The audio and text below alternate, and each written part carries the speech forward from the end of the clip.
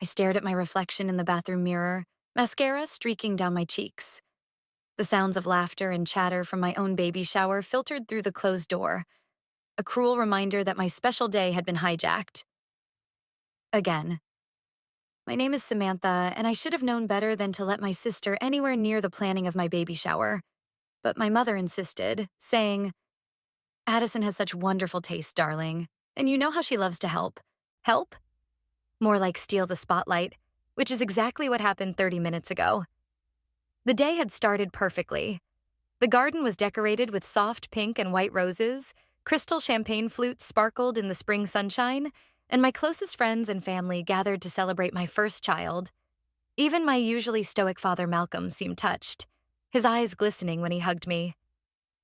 "You're glowing, sweetheart," he whispered, pressing a kiss to my forehead. "Actually, I do mind," I say quietly. "This is my baby shower, Addison. My day." Her perfect smile falters. "Don't be silly, Sam. I'm just trying to make it special." Special for whom? Before she can answer, I hear Liam calling from the garden. "Sam, your mother wants to start the games." I look at my sister, at her flawless makeup and designer dress, at the ring that cost more than my car, and something hardens in my chest. This ends now. "Coming," I call back. But as I brush past Addison, I make a silent vow to myself. No more playing nice. No more being the understanding little sister. It's time to show them all who I really am. 3 weeks after my ruined baby shower, I found myself sitting in a financial planning class at the local community center. Catherine had convinced me to join her, saying it would be therapeutic. I wasn't sure how spreadsheets could heal my wounded pride, but I was desperate enough to try anything. The key to independence, our instructor Sarah explained, is understanding where your money goes and how to make it work for you. I glanced around the room, surprised to see it filled with women of all ages. Some were taking furious notes, others nodding along knowingly.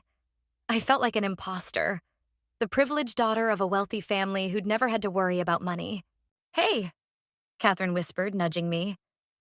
"Look what I found while organizing the firm's archives." She slid a folder across the table. Inside was a document that made my heart skip, a detailed record of Addison's spending habits and loans from our father. "Where did you get this?" I whispered back. "Perks of being a legal assistant at your father's firm." She winked. "Did you know Addison's been borrowing money monthly? That fancy apartment, the designer clothes, even that engagement ring. It's all Daddy's money." The revelation hit me like a truck. While I'd been working as a marketing consultant, building my own life with Liam, Addison had been living off our father's wealth. No wonder she could afford to overshadow everyone. She wasn't paying for any of it. After class, Catherine and I grabbed coffee at the cafe next door. "I can't believe she's that dependent," I said, stirring my decaf latte. "She always acts so successful." "It's all smoke and mirrors," Catherine replied. "But here's what I don't get. Why does your dad enable it?" My phone buzzed. Speaking of the devil. "Samantha, darling." Addison's voice chirped through the speaker. "I need a teensy favor. Can you spot me 5,000 just until next month? The wedding planner needs a deposit." I nearly choked on my coffee. 5,000? I know, but Daddy's maxed out this month's allowance, and Orlando's trust fund payment doesn't come through until next quarter. Please? You're my sister. I caught Catherine's eye across the table. She raised an eyebrow. "I'll need to think about it," I replied carefully. "But I need it today. The venue won't hold the date without a deposit." "Then maybe you should consider a different venue," I suggested, surprising myself with my firmness. Silence on the other end. Then, "Wow, I can't believe you're being so selfish. After everything I've done for you?" "Like what, exactly?" The words slipped out before I could stop them. "I planned your baby shower." "You mean the one where you announced your engagement?" Another silence. "I have to go," she said finally. "Orlando's calling, but we'll talk about this later." The line went dead. Catherine slow clapped. "Finally!" she exclaimed. "You stood up to her." But my mind was already racing ahead. I need your help, I said, pulling out my laptop. Show me everything you know about financial planning. Everything went smoothly until the gift opening ceremony. I had just unwrapped a beautiful handmade blanket from my best friend Catherine when Addison cleared her throat and clinked her glass. Everyone, I have an announcement, she trilled, her voice carrying across the garden. My stomach dropped. I knew that tone. Orlando and I are engaged. For the next 2 hours, Catherine walked me through basics of investment, budgeting, and digital literacy. By the time we finished, I had enrolled in 3 online courses: Advanced Excel, Digital Marketing, and Personal Finance Management. What exactly are you planning? Catherine asked as we packed up. I'm not sure yet, I admitted, but I know I need to be smarter, stronger, more independent. No more letting Addison walk all over me. My phone buzzed again. This time it was Liam. Hey, where are you? Your mom's been calling. Something about Addison needing emergency sister time? I rolled my eyes. I'm busy. Tell her I'm at a prenatal class. Sam. Liam's voice softened. I know the baby shower thing upset you, but she's still your sister. And I'm still your wife, I shot back. But that didn't stop you from celebrating while I cried in the bathroom. That's not fair. No, what's not fair is everyone always taking her side. I'm done with that. I hung up, hands shaking. Catherine gave me a concerned look. You okay? I nodded, placing my hand on my growing belly.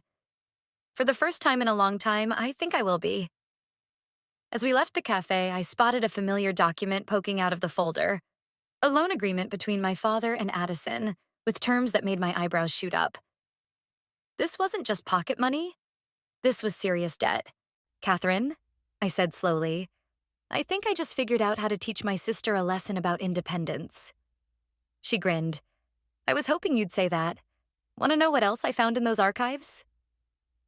I smiled back, feeling a surge of confidence I hadn't experienced in years. It was time for Addison to learn what it means to stand on her own 2 feet, whether she wanted to or not. You want me to what? Catherine stared at me across her dining room table, surrounded by spreadsheets and financial documents. Help me create a presentation showing exactly how much money Addison owes, I repeated, highlighting another figure on the loan statement. Dad needs to see the full picture. And you really think he'll cut her off? Not immediately, but once he sees how she's bleeding him dry. I patted my 7-month baby bump. Let's just say I'm not the only one who needs to grow up. My phone buzzed for the 10th time that morning. Another missed call from Addison. I'd been dodging her for 2 weeks since refusing the loan, and it was clearly driving her crazy. Speaking of your sister, Catherine said, did you see her latest Instagram post? I pulled up the app. There was Addison, posed in front of a luxury car dealership, caption reading, testing out wedding getaway cars with my love. Nara blessed Tirum future Mrs. Stevenson. She's still pretending everything's fine, I muttered. But look at the date on this latest loan request. Catherine leaned over. That's from yesterday. $5,000 for a car deposit? Which she asked me for last week. She's desperate. My phone rang again. This time it was Orlando, Addison's fiancé. That was new. I answered, putting it on speaker. Samantha. Sorry to bother you, but I'm worried about Addison. Oh? I kept my voice neutral. She's been different lately, anxious. She mentioned you two had a disagreement about a loan. I caught Catherine's eye. She nodded encouragingly. I just think it's time Addison learned to manage her own finances, I said carefully. Don't you want your future wife to be financially responsible? A pause. Actually, that's partly why I'm calling. I found some concerning documents in her apartment. Bills, overdue notices. I had no idea she was in this situation. Really? I feigned surprise. I thought you two discussed everything. We discuss a lot of things, he said slowly. But money, she always said her family handled that. Perfect. Seeds of doubt planted. After hanging up, Catherine whistled low. That was masterful. But aren't you worried about pushing them apart? If their relationship can't survive financial honesty, maybe it shouldn't survive at all. My laptop pinged. An email from my father's accounting department. I'd requested copies of my trust fund documents. Claiming pregnancy brain made me forget the details. Instead, I'd gotten a gold mine. Complete records of both Addison's and my accounts. The collective gasps and squeals that followed made me want to throw up. Or maybe that was just the morning sickness that still hadn't quite gone away at 6 months pregnant. Look at this ring. Addison thrust her left hand forward, the enormous diamond catching the sunlight. We're thinking of a winter wedding in Aspen. Samantha, you'll have had the baby by then. You can be my maid of honor. Holy shit, Catherine breathed, looking over my shoulder. Is that how much she's borrowed in total? And look at the interest rates Dad's charging. Practically nothing. He's enabling her. A knock at Catherine's door made us both jump. Through the window, I saw Addison's red convertible parked outside. How did she find me? I hissed. Find my iPhone, Catherine groaned. Quick, hide the documents. I shoved everything into my laptop bag just as Catherine opened the door. Addison burst in, mascara smeared. Why are you avoiding me? She demanded. I've been calling for weeks. I've been busy, I said, gesturing to my belly. You know, preparing for my actual baby? Too busy to help your sister. The venue canceled. They gave away our date because I missed the deposit deadline. That's terrible, I said, not even trying to sound sincere. Maybe try somewhere more affordable? Addison's face crumpled. Orlando suggested the same thing. He's been asking all these questions about money lately. Did you say something to him? Me. I barely know him. But since you're here, I pulled out a single document from my bag. I did some research on financial planning. Did you know most couples fail because of money issues? She snatched the paper, a basic budget template I'd prepared. What's this supposed to be? A wake-up call. You can't keep living off Dad forever. I don't live off... She stopped, face paling. How do you know about that? Does it matter? The point is you need help. From you? She laughed bitterly. Little sister wants to teach me about money? Actually, yes. I stood up, meeting her eye to eye. I'm offering to help you become independent, really independent, but it has to be on my terms. Addison's lower lip trembled. For a moment, I saw past the perfect makeup and designer clothes to the scared little girl beneath. Orlando wants a prenup, she whispered. I don't know what to do. I shared a look with Catherine. This was it, my chance to either destroy my sister or save her. Sit down, I said, pulling out the budget template again. Let's talk about your future. Your real future, not the fantasy you've been living in. Addison hesitated, then sank into the chair across from me. As I opened my laptop, I felt a shift in the air. The balance of power had finally changed. Family dinners at my parents' house had always been tense, but tonight was different. I sat at the massive oak table, 8 months pregnant and armed with knowledge that could tear everything apart. More wine, Orlando? My mother offered, ever the perfect hostess. No, thank you, he replied, glancing at Addison. We're trying to cut back on expenses. Dad lowered his fork. Expenses? With the wedding coming up? Actually, Addison cleared her throat. We're thinking of postponing. Maybe something smaller. Smaller? Mom looked horrified. But we've already told everyone about Aspen. I took a sip of water, hiding my smile. 2 weeks of financial counseling with Addison had already started showing results. Speaking of money, Dad turned to me. How's that new investment portfolio I set up for the baby? Before I could answer, Liam jumped in. It's amazing, Malcolm. The returns are incredible. That's because Dad knows how to manage money. Addison said quickly. Unlike some people who think budgeting spreadsheets solve everything. I met her gaze across the table. Spreadsheets don't solve problems. They just make them visible. Orlando shifted uncomfortably. Actually, I've been looking at those spreadsheets Samantha made. They're quite enlightening. Enlightening? Dad's bushy eyebrows shot up. What spreadsheets? Just some basic budgeting tools, I said innocently. Addison asked for help with wedding planning. Mom brightened. Oh, that's wonderful. You girls working together. Together isn't exactly how I'd put it, Addison muttered. What does that mean? Liam asked. It means, Addison's voice rose, that my little sister suddenly thinks she's a financial guru trying to control my life. Control? I laughed. That's rich coming from you. How's that venue deposit coming along? Girls, Mom warned, but Dad held up his hand. What venue deposit? Addison paled. Nothing, Daddy. Just a small cash flow issue. Small? Orlando interjected. Addison, you told me it was $50,000. The room went silent. Dad's face turned red. 50,000? On top of what you already owe me? Malcolm. Mom touched his arm. Not at dinner. No, Lucia, this needs to be addressed. He turned to Orlando. Did you know about the loans?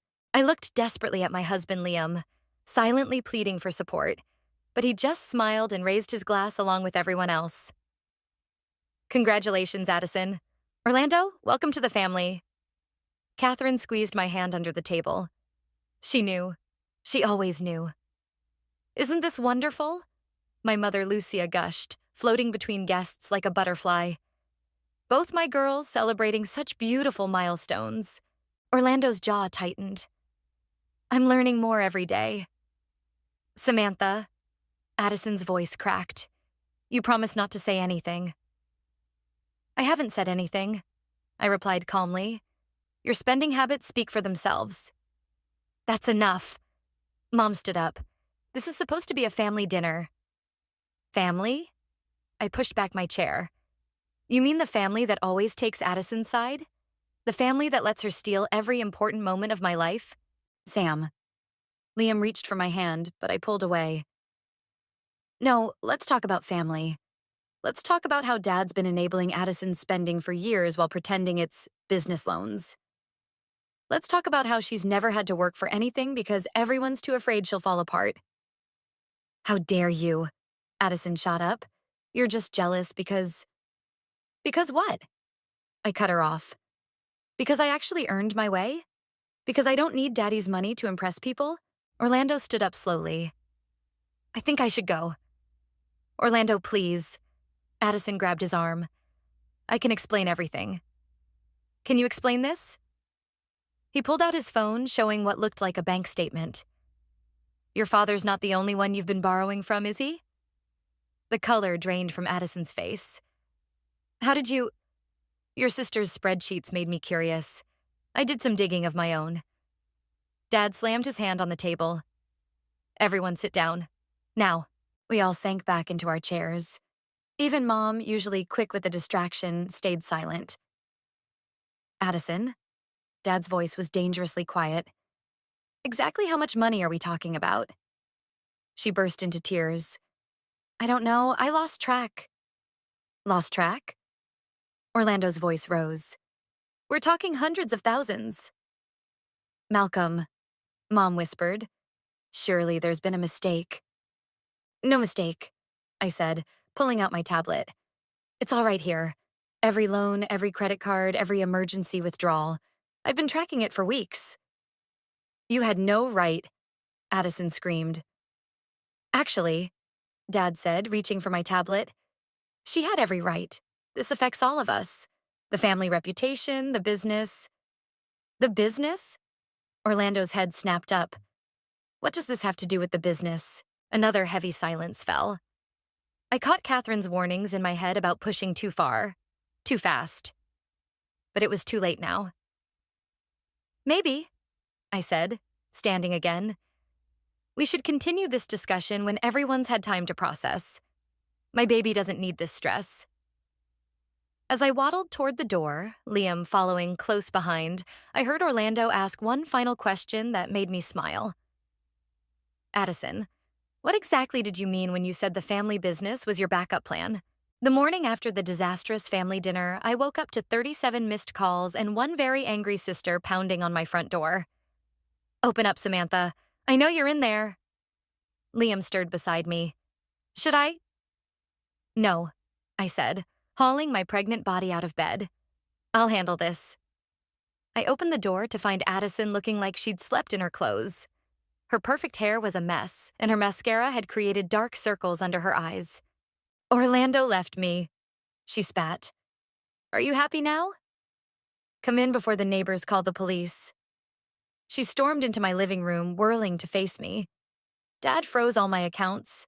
My credit cards are canceled. Even my emergency fund is gone. Sounds like consequences finally caught up with you. This is all your fault. You and your stupid spreadsheets. My spreadsheets didn't create your debt, Addison. You did that all by yourself. She collapsed onto my couch, mascara-stained tears rolling down her cheeks. What am I supposed to do now? I can't even pay my rent. Get a job, I suggested, lowering myself carefully into an armchair. Like normal people do? A job? She looked at me like I'd suggested she live in a dumpster. I have a career. Being Dad's social media consultant isn't a real job. We both know that's just his way of keeping you on the payroll. My phone buzzed. A text from Orlando. Can we meet? Need to talk about what you found. Who's that? Addison demanded. None of your business. Just like my financial records weren't your business when you tried to hack into them last month. She had the grace to look embarrassed. How did you know about that? Because I'm not an idiot. I saw the login attempts from your IP address. I just wanted to know how you were tracking everything. How you knew about the loans. I excused myself and fled to the bathroom, which brings me to now, trying not to completely break down while my own baby shower continues without me. A soft knock on the door. Sam? It's Catherine. Can I come in? I unlock the door and Catherine slips inside, immediately pulling me into a hug. Your sister is such a bitch, she whispers, making me laugh despite myself. Did you see Liam's face? I ask, dabbing at my eyes with tissue. He didn't even care. Maybe if you'd asked nicely instead of trying to steal information, I would have helped you. Helped me? She laughed bitterly. You've destroyed my life. Orlando won't return my calls, Dad thinks I'm a criminal, and Mom can barely look at me. And whose fault is that? I stood up, anger finally breaking through. You've been living a lie, Addison. Pretending to be successful while drowning in debt. Using Dad's money to overshadow everyone else's achievements. Even my baby shower wasn't sacred enough for you. That's what this is about? You're still mad about the engagement announcement? It's about everything. Every birthday, every achievement, every milestone, you had to make it about you. And you did it all with borrowed money. A key turned in the lock. Liam coming back from his morning run. He froze in the doorway, assessing the scene. Should I come back later? No, I said firmly. This is your house, too. Addison was just leaving. Leaving to go where? She cried. I have nothing left. You have choices, I replied. Get a real job. Sell your designer clothes. Move to a cheaper apartment. Or keep playing victim while everyone else moves on with their lives. My phone buzzed again. Orlando confirming a meeting time at a local cafe. Why is Orlando texting you? Addison grabbed for my phone, but I pulled it away. Because unlike you, I actually understand business ethics. Business ethics? Her eyes widened. What did you tell him about the company? Nothing he couldn't find out himself once he started looking. Did you really think he wouldn't discover the truth about your investment portfolio? Liam stepped between us. Maybe we should all take a breath. Stay out of this, Addison snapped. This is between me and my sister. No, I said quietly. This is between you and reality. And reality's winning. She stood up, smoothing her wrinkled dress. You think you're so clever, don't you? Little Miss Perfect with her spreadsheets and her happy marriage and her baby on the way. But you forget, I know things about you too. The difference is I have nothing to hide. Her lips curved into a mean smile. We'll see about that. You're not the only one who can play detective. As she stormed out, slamming the door behind her, Liam turned to me. What did she mean by that? I rubbed my belly. feeling the baby kick. Nothing. She's desperate and lashing out.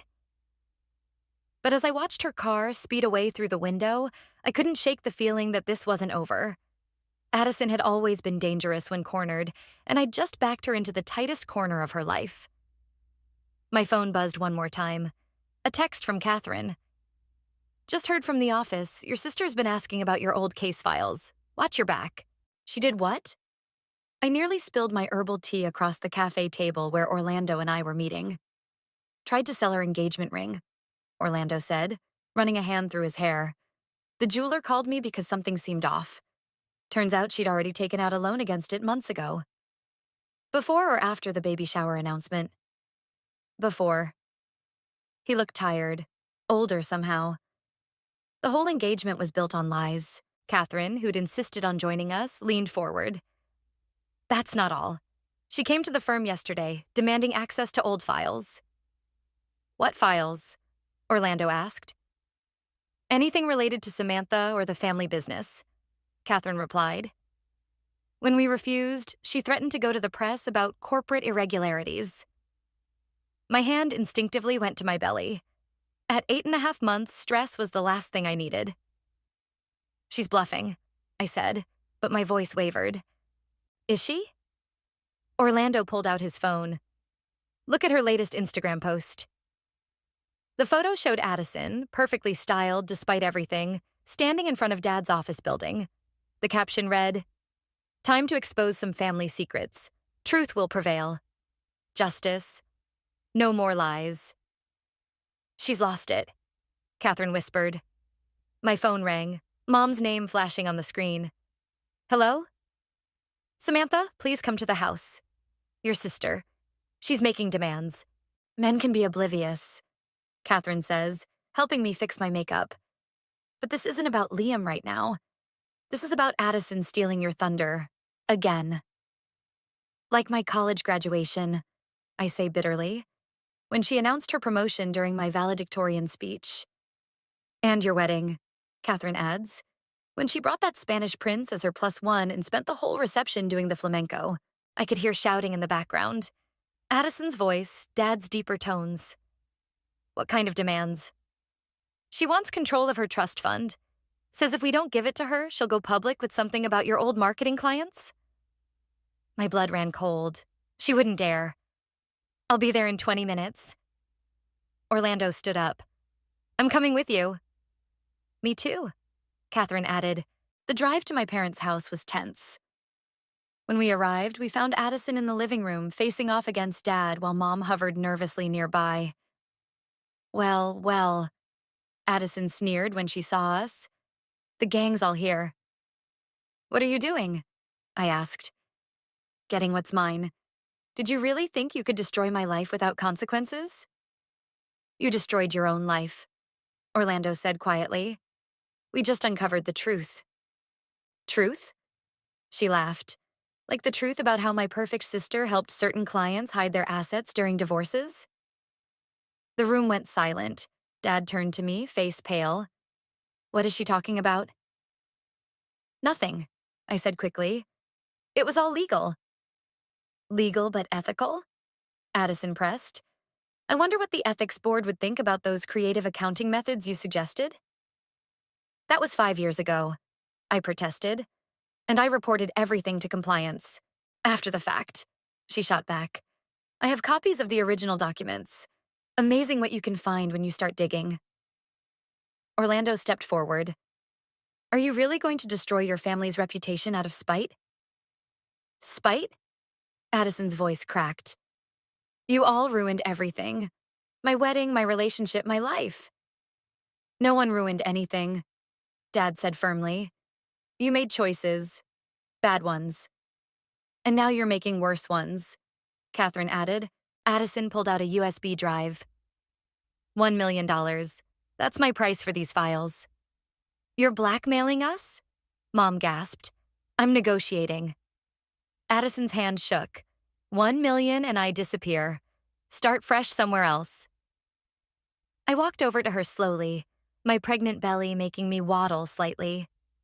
You want to start fresh? Here's my counteroffer. I'll help you find a job. A real one. I'll teach you actual financial management. I'll even help you rebuild your relationship with mom and dad. Why would you do that? Because despite everything, you're my sister, and this baby deserves to know their aunt, the real you, not this desperate person you've become. Tears welled in her eyes. It's too late. It's not, Orlando said. But you need help, Addison. Professional help. Dad cleared his throat. I know a good therapist, and I'll pay for it. But that's the last money you'll get from me until you prove you can be responsible. Addison looked around the room, at all the faces watching her. The USB drive trembled in her hand. I don't know how to be different, she whispered. Then let us help you learn, I said, reaching for her hand. But no more threats, no more lies, no more manipulation. She stared at the USB drive for a long moment, then placed it in my palm. I'm sorry. I'm so sorry. As she collapsed into tears, Mom rushed forward to hold her. Dad pulled out his phone, presumably to call the therapist. Orlando and Catherine exchanged relieved looks. I sat down heavily, exhausted but relieved. The baby kicked, as if sensing the tension breaking. Samantha? Addison looked up from Mom's embrace. Did you mean it? About helping me? Yes, I said, but this time we do it my way. Another knock. Samantha? It's Addison. Are you okay in there? Everyone's waiting to finish opening presents. I catch Catherine rolling her eyes in the mirror.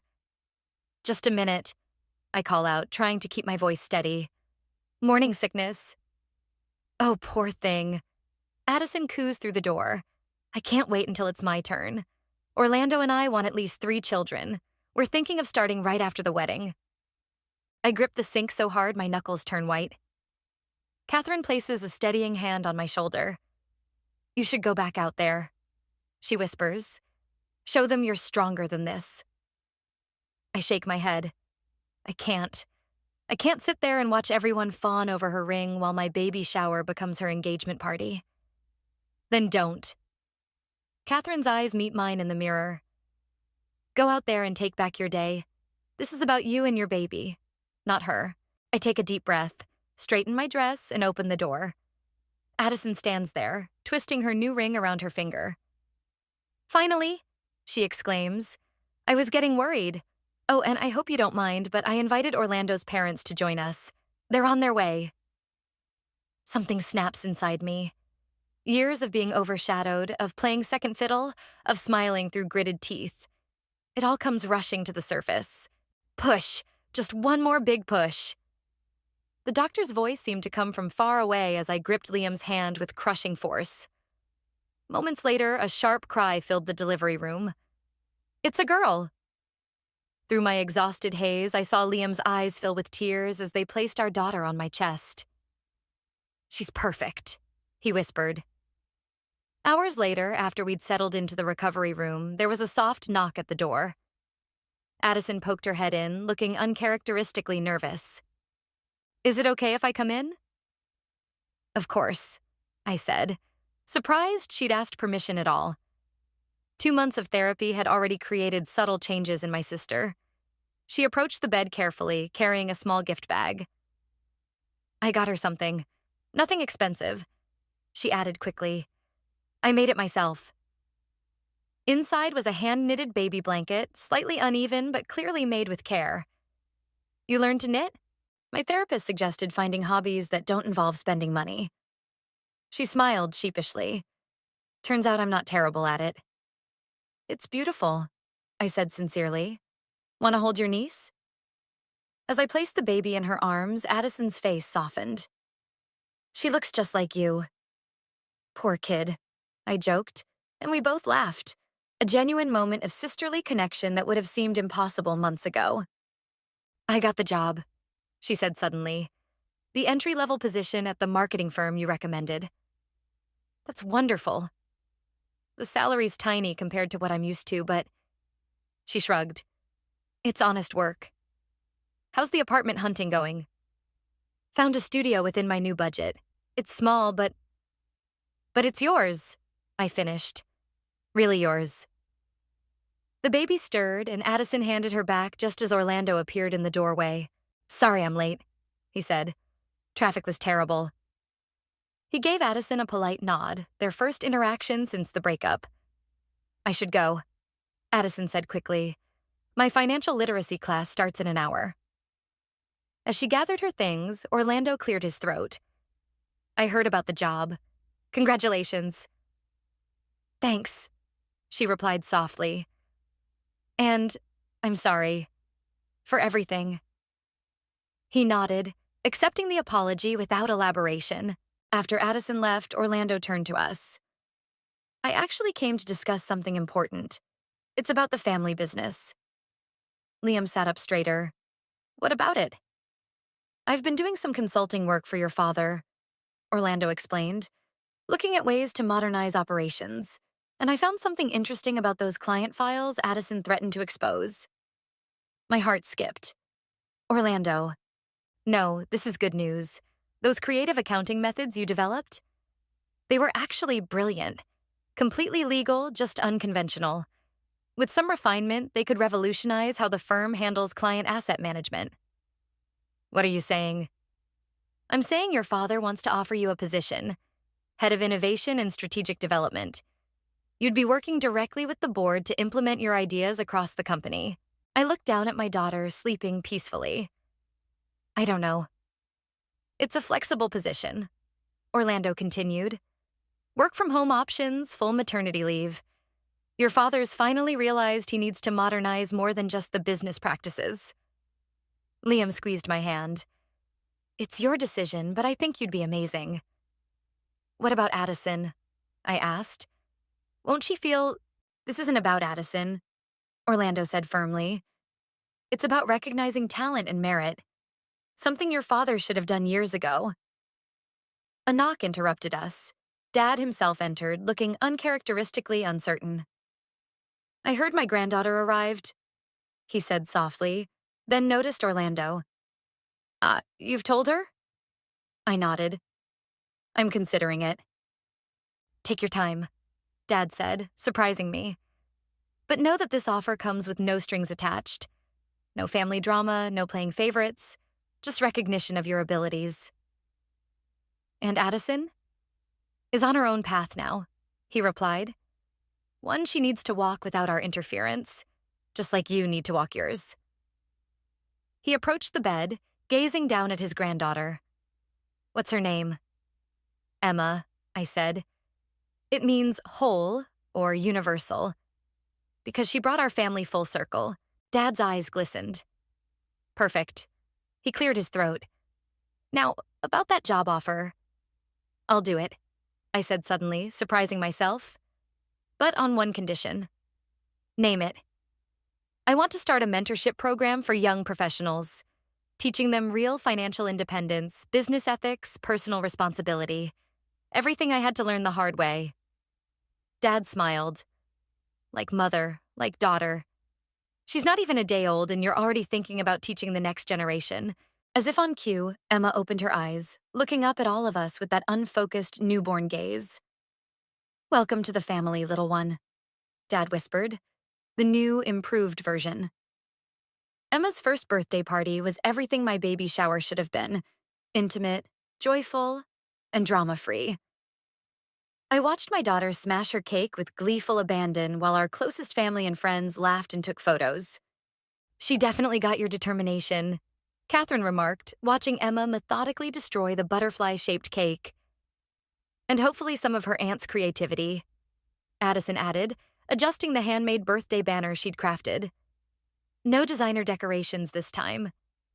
Everything was personal, meaningful, and made with love. My phone buzzed with a work notification, but I ignored it. The innovation department could wait. Today was about family. "Ignoring work calls?"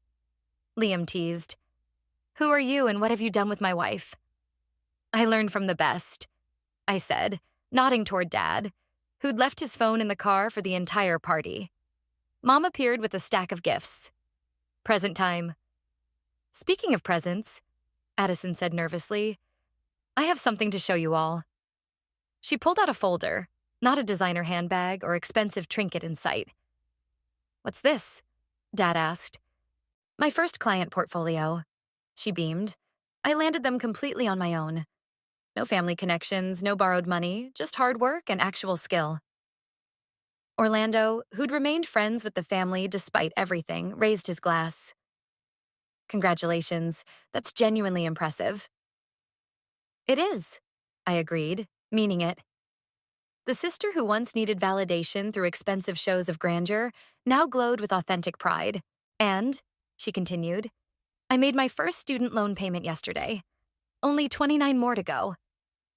Mom wiped away tears. Both my girls, successful in their own right. Different kinds of success, I added, watching Emma grab another handful of cake. All equally valuable. Which reminds me, Dad cleared his throat. The board approved your mentorship program proposal yesterday. Full funding, starting next quarter. I hugged him, getting cake frosting on his usually immaculate suit. He didn't even flinch. Remember when we could barely be in the same room? Addison mused, helping Emma unwrap a present. Now look at us. Actual functioning adults. Speak for yourself. I laughed. I still have spit up in my hair most days. But you're rocking it. Catherine interjected. The program you designed for new employees is changing lives. 3 of my friends have already signed up for the next session. It's amazing what happens when you let people grow at their own pace, I said, watching Addison show Emma how to play with her new toy. Without competition or comparison. Liam wrapped his arm around me. You did that. You turned revenge into redemption.